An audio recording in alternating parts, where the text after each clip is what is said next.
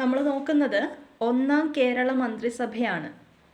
അപ്പോൾ 1957 ഏപ്രിൽ 5-നാണ് ഒന്നാം കേരള മന്ത്രിസഭ അധികാരത്തിൽ വന്നത്. 1957 ഏപ്രിൽ 5-ന്. ഈ മന്ത്രിസഭയെക്കുറിച്ച് പറയുകയാണെങ്കിൽ ബാലറ്റ് പേപ്പറിലൂടെ അധികാരത്തിൽ വന്ന ലോകത്തിലെ ആദ്യത്തെ കമ്മ്യൂണിസ്റ്റ് മന്ത്രിസഭയാണ് ഇത്. ബാലറ്റ് പേപ്പറിലൂടെ അധികാരത്തിൽ വന്ന ലോകത്തിലെ ആദ്യത്തെ കമ്മ്യൂണിസ്റ്റ് മന്ത്രിസഭയാണ്. 28 മാസം അധികാരത്തിൽ നിന്നിരുന്ന ഒന്നാം മന്ത്രിസഭയിൽ 175 ദിവസം സഭ സമ്മേളിച്ചിരുന്നു. 28 മാസം അധികാരത്തിൽ നിന്നിരുന്ന ഒന്നാം മന്ത്രിസഭയിൽ 175 ദിവസമാണ് സഭ സമ്മേളിച്ചിട്ടുണ്ടായത്. നിയമസഭാ സ്പീക്കർ ആർ ശങ്കരനാരായണൻ തമ്പിയാണ്. ഡെപ്യൂട്ടി സ്പീക്കർ KO ആയിഷാഭായി ആണ്. KO ആയിഷാഭായി. നിയമസഭാ അംഗമായിട്ട് ആദ്യം സത്യപ്രതിജ്ഞ ചെയ്തത് റോസമ്മ പുന്നൂസ് ആണ്. നിയമസഭാ അംഗമായിട്ട് ആദ്യമായിട്ട് സത്യപ്രതിജ്ഞ ചെയ്തത് റോസമ്മ പുന്നൂസ് ആണ്. അപ്പോൾ നോക്ക്, 1957 ഏപ്രിൽ 5-ന് EMSന്റെ നേതൃത്വത്തിൽ അധികാരത്തിൽ വന്ന മന്ത്രിസഭയിൽ മുഖ്യമന്ത്രി ഉൾപ്പെടെ 11 അംഗങ്ങളാണ് ഉണ്ടായിരുന്നത്. അപ്പോൾ ഇവിടെ കാണുന്ന 11 അംഗങ്ങളാണ് അത്. 1957 ഏപ്രിൽ 5-ന് EMSന്റെ നേതൃത്വത്തിൽ അധികാരത്തിൽ വന്ന മന്ത്രിസഭയിൽ മുഖ്യമന്ത്രി ഉൾപ്പെടെ 11 അംഗങ്ങളാണ് ഉണ്ടായിരുന്നത്. ഈ മന്ത്രിസഭയുടെ കാലാവധി അവസാനിച്ചത് 1959 ജൂലൈ 31-ന് രാഷ്ട്രപതി ഒന്നാം കേരള നിയമസഭ പിരിച്ചുവിട്ടതോടെയാണ്. 1959 ജൂലൈ 31. Okay, 1959 July 31. ഇനി നമുക്ക് മന്ത്രിമാരുടെ പേരും വകുപ്പുകളും നോക്കാം. EMS നമ്പൂതിരിപ്പാട്, മുഖ്യമന്ത്രി EMS നമ്പൂതിരിപ്പാടാണ്. ധനകാര്യം കൈകാര്യം ചെയ്തത് അച്യുതമേനോനാണ്. C അച്യുതമേനോൻ. ഈ മേനോൻ എന്നൊക്കെ കേൾക്കുമ്പോൾ എന്താണ്, വലിയ ധനമൊക്കെയുള്ള ഒരാളുടെ പേര് മാതിരി തോന്നുന്നില്ലേ? കുറേ പൈസയൊക്കെ ഉള്ള ഒരാളായിട്ട് തോന്നുന്നില്ലേ മേനോൻ എന്ന് കേൾക്കുമ്പോൾ? അപ്പോൾ അത് വെച്ചിട്ട് കണക്ട് ചെയ്യാം. C അച്യുതമേനോൻ ധനകാര്യം. ഇനി അടുത്തയാള് ഗതാഗതം, തൊഴിൽ. ഈ വകുപ്പുകൾ കൈകാര്യം ചെയ്തിരുന്ന ആളാണ് TV തോമസ്. അപ്പോൾ ഇപ്പം എന്താണ്, കൂടുതൽ പേരും പുറത്തോട്ടൊക്കെ ജോലിക്ക് പോകുന്നതാണ് അല്ലേ? രാവിലെ എണീറ്റ് ഓരോ തൊഴിലിനായിട്ട് പോകുന്നു. ബസ്സിനും ബൈക്കിനും ഒക്കെ ആയിട്ടാണ് പോകുന്നത്. ഗതാഗതം ഓർക്കുക, തൊഴിൽ ഓർക്കുക.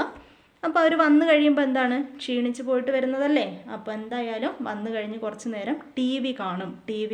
ഷുവറാണ്, TV കാണും. TV തോമസ് ഗതാഗതം, തൊഴിൽ. അടുത്തത് KC ജോർജ് എന്താണ്, ഭക്ഷ്യം, വനം വകുപ്പുകളാണ് കൈകാര്യം ചെയ്തത്. അപ്പോൾ ഇന്നത്തെ കാലത്തല്ല, പണ്ട് കാലത്താണെങ്കിൽ ഓരോ കേസിലൊക്കെ അകപ്പെടുന്നത്, ഇപ്പം എന്താണ് കൊലക്കേസ് എന്നൊക്കെ പറഞ്ഞാൽ വാഴക്കൊലയൊക്കെ മോഷ്ടിച്ച കേസായിരിക്കും. അപ്പം ഭക്ഷണത്തിന് വേണ്ടിയിട്ടൊക്കെ ആയിരിക്കും അവർ ഓരോ സാധനങ്ങൾ മോഷ്ടിക്കുന്നത്. അതാലോചിക്കുക. അപ്പോൾ ഭക്ഷണത്തിന് വേണ്ടിയിട്ട് അവർ വനത്തിലേക്ക് പോകും. മാത്രമല്ല, എന്തെങ്കിലും സാധനങ്ങൾ ഭക്ഷണത്തിന് വേണ്ടിയിട്ട് മോഷ്ടിച്ചിട്ട് കേസും ഉണ്ടാവും. KC ജോർജ് ഭക്ഷ്യം, വനം വകുപ്പാണ് കൈകാര്യം ചെയ്തത്. അടുത്തത് KP ഗോപാലൻ വ്യവസായം. അപ്പോൾ ഈ വ്യവസായം എന്നൊക്കെ പറയുമ്പോൾ എന്താണ്, ചെറിയ വ്യവസായം, ചായക്കട പോലെയൊക്കെയുള്ള ചെറിയ പരിപാടി ഉണ്ടല്ലോ. അപ്പോൾ ഗോപാലേട്ടൻ്റെ ചായക്കട. അപ്പോൾ ഒരു ചായക്കടയിൽ നിന്ന് തുടങ്ങിയിട്ട് പുള്ളി വലിയ വ്യവസായിയായിട്ട് മാറിയെന്ന് ഓർക്കുക. KP ഗോപാലൻ വ്യവസായം. ഇനി TA മജീദ് പൊതുമരാമത്ത്, മരാമത്ത് അങ്ങനെ ഓർക്കാം. മരാമത്ത്. PK ചാത്തൻ തദ്ദേശ സ്വയംഭരണം. അപ്പോൾ തദ്ദേശ സ്വയംഭരണം എന്ന് പറയുമ്പോൾ അതിൽ പഞ്ചായത്ത്, മുനിസിപ്പാലിറ്റി, കോർപ്പറേഷൻ അതൊക്കെ വരുന്നുണ്ട്.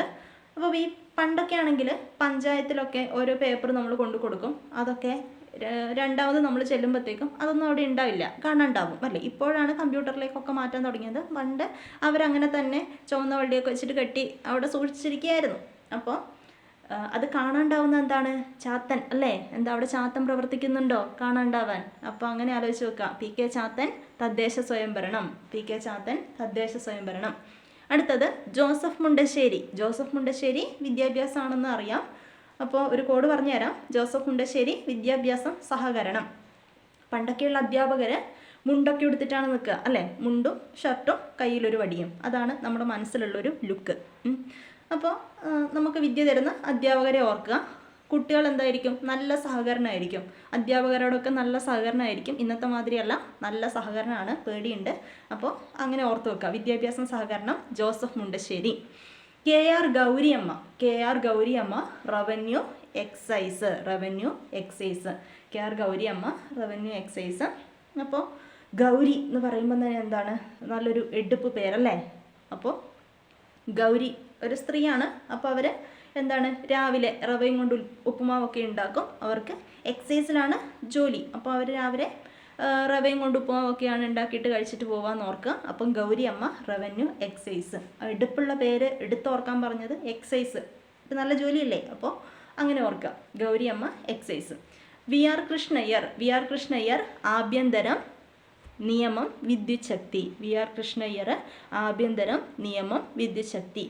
അപ്പോൾ നിയമം വിദ്യുത് ശക്തി നോക്കുകയാണെങ്കിൽ കറണ്ട് പോയിട്ടുണ്ടെങ്കിൽ നമ്മളെന്താണ്, ഒരു അത്യാവശ്യ കാര്യമൊക്കെ ചെയ്തുകൊടുക്കുമ്പോൾ കറണ്ട് പോയിട്ടുണ്ടെങ്കിൽ നമ്മൾ എൻ്റെ ദൈവമേ ഒന്ന് വേഗം കറണ്ട് വന്നിരുന്നെങ്കിൽ എന്ന് പറയില്ലേ. അപ്പം കൃഷ്ണനെ വിളിക്കും, അയ്യനെ വിളിക്കും. ഓക്കെ, അങ്ങനെ നിയമക്കുരുക്കിലൊക്കെ അകപ്പെട്ടാലും നമ്മൾ ദൈവത്തെ വിളിക്കും അല്ലേ, അങ്ങനെ പ്രാർത്ഥിക്കും. അപ്പോൾ കൃഷ്ണയ്യർ നിയമം വിദ്യുത് ശക്തി ആഭ്യന്തരം, ഓർത്തിരിക്കാം. AR മേനോൻ ആരോഗ്യം. ഞാൻ ആദ്യം പറഞ്ഞതുപോലെ തന്നെ എന്താണ്, മേനോൻ എന്ന് കേൾക്കുമ്പോൾ നല്ല പൈസയൊക്കെ ഉള്ള ഒരാളെ ആലോചിക്കുക. അപ്പോൾ പൈസയൊക്കെ ഉള്ള ആളെന്ന് പറയുമ്പോൾ നല്ല തടിയൊക്കെ ഉണ്ടാവും അല്ലേ, നല്ല ആരോഗ്യമൊക്കെ ഉള്ള ഒരാളായിരിക്കും. അപ്പോൾ AR മേനോൻ ആരോഗ്യം, ആർ മേനോൻ ആരോഗ്യം, അങ്ങനെ ഓർത്തിരിക്കാം.